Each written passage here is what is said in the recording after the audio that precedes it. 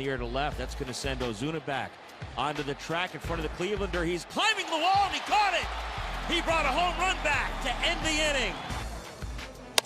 Slash down the left field line. Here comes Nick around third, and the Braves have won it 6-5. Adams comes through with a game-winning hit. Up and away, number 30 for Giancarlo Stanton. 4 home runs against the Phillies in this series. My goodness, he is on fire. Hanging curveball, hangs no longer, deep to right field. Say goodnight, Gracie.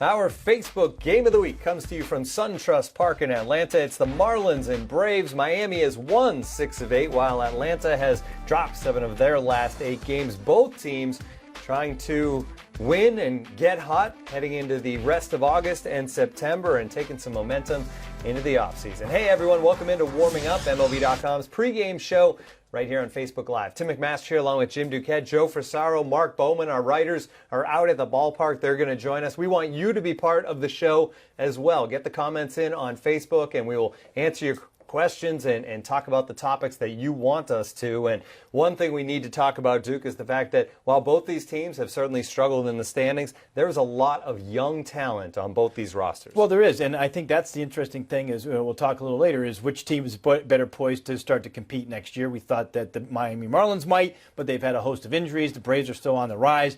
We'll talk a little bit about that. I think the other part about this, Miami starting to, after a really slow start, starting to play a lot better. They've won their four straight series, and if you look at what they've done here recently, 9 of 13 rather, and since the end of May, 34-25. Pretty impressive. When you look at the other side, the Braves have kind of started to fall backwards a little bit, unfortunately. They were really close to being at 500 near the break and have lost 13 of their last 17, primarily because of their pitching and some injuries. Matt Kemp injury has really affected their offense. All right, and you look at this Braves team as we shift gears a little bit. And a week ago, we had the Braves on Facebook Live, and we were talking about Dansby Swanson getting sent down, and obviously a bit of a bummer for this Braves team and the guy that's kind of the face of the franchise going forward. But this week we get to talk about Ozzie Albies coming up. And the goal is that eventually the two of those guys are playing up the middle for this team as a double play combination. But Albies is up and off to a great start with his first homer. Off to a great start. I mean, you look at the youngest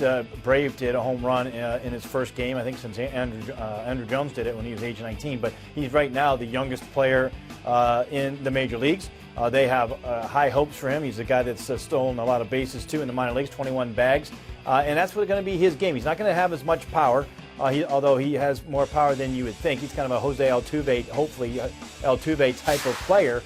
But you're going to see the stolen bases and you know, just that energy that you like to see at the top of the lineup eventually. He's going to be a top of the lineup type of hitter, I believe. And he and Swanson may be 1 and 2 in the lineup down the road, maybe 2018. The Mets-Yankees rivalry is special because it's the same city. You know, being in that same city, and I think for that rivalry to be able to literally play 2 games on the same day in the same city but in different stadiums is something unique to all sports.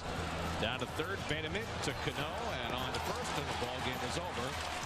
5-4-3 double play ends a long day of baseball. Some 9 hours and 15 minutes after it started. I think they built that up to the fact that, you know, the fans, and, you know, you play in your stadium first and your fans get all over us, and then you come to our stadium.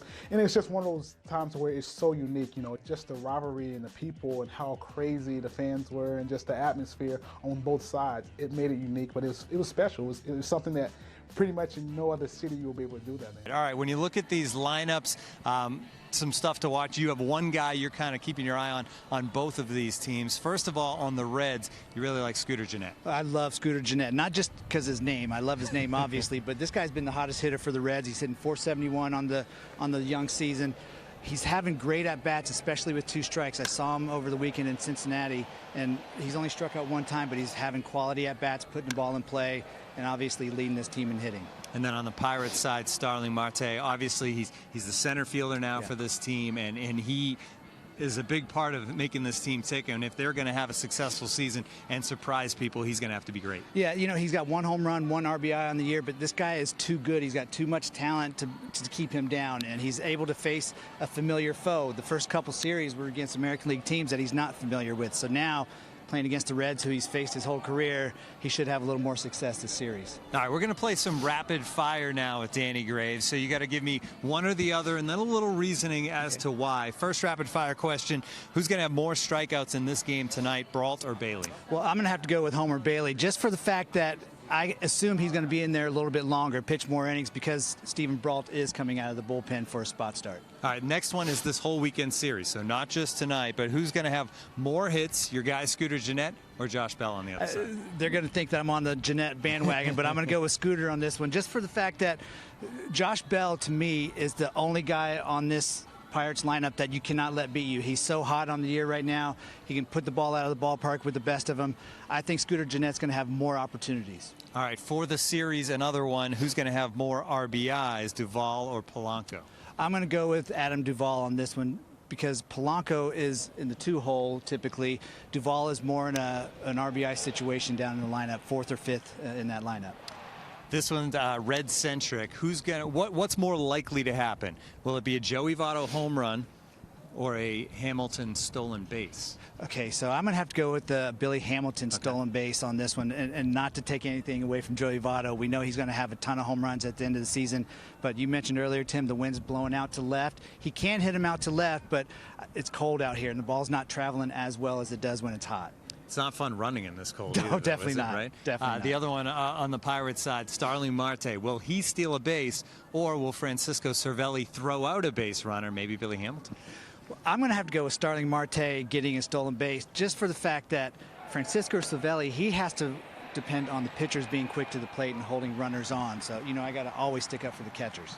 Drew did a great job of delivering the ball where it had to go, and the rest is history. And probably the best thing about it, one of the best things about it, I didn't know until the following morning when I read the newspaper. I didn't realize that was Warren's first collegiate touchdown reception, which was great. Quite frankly, you can't believe what you're seeing when he caught the ball, and you have to look down on the field. You're looking up and down on the monitor. Did this really happen?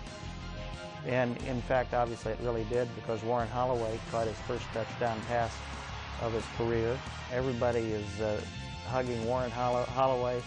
You know, Warren thought he's going to go through his entire career at Iowa without a touchdown, and it comes on his very last play. It's a locker room that not much could be said, because everybody was yelling, and but you go in there, you know, and he gets them to, you know, to order. They say a prayer that is it's a prayer that everybody joins in on this time, and it's just you know, it's unbelievable. Everybody's thankful, everybody's happy, and it's a storybook ending. It's without question one of the you know, best endings to any bowl game in bowl history. The first ever appearance in the Capital One Bowl game for the Iowa Hawkeyes would certainly go down as one of the greatest finishes in college football history. The victory was the 8th straight for Iowa, tying a record for consecutive wins in a season, as the Hawkeyes finished the year at 10-2.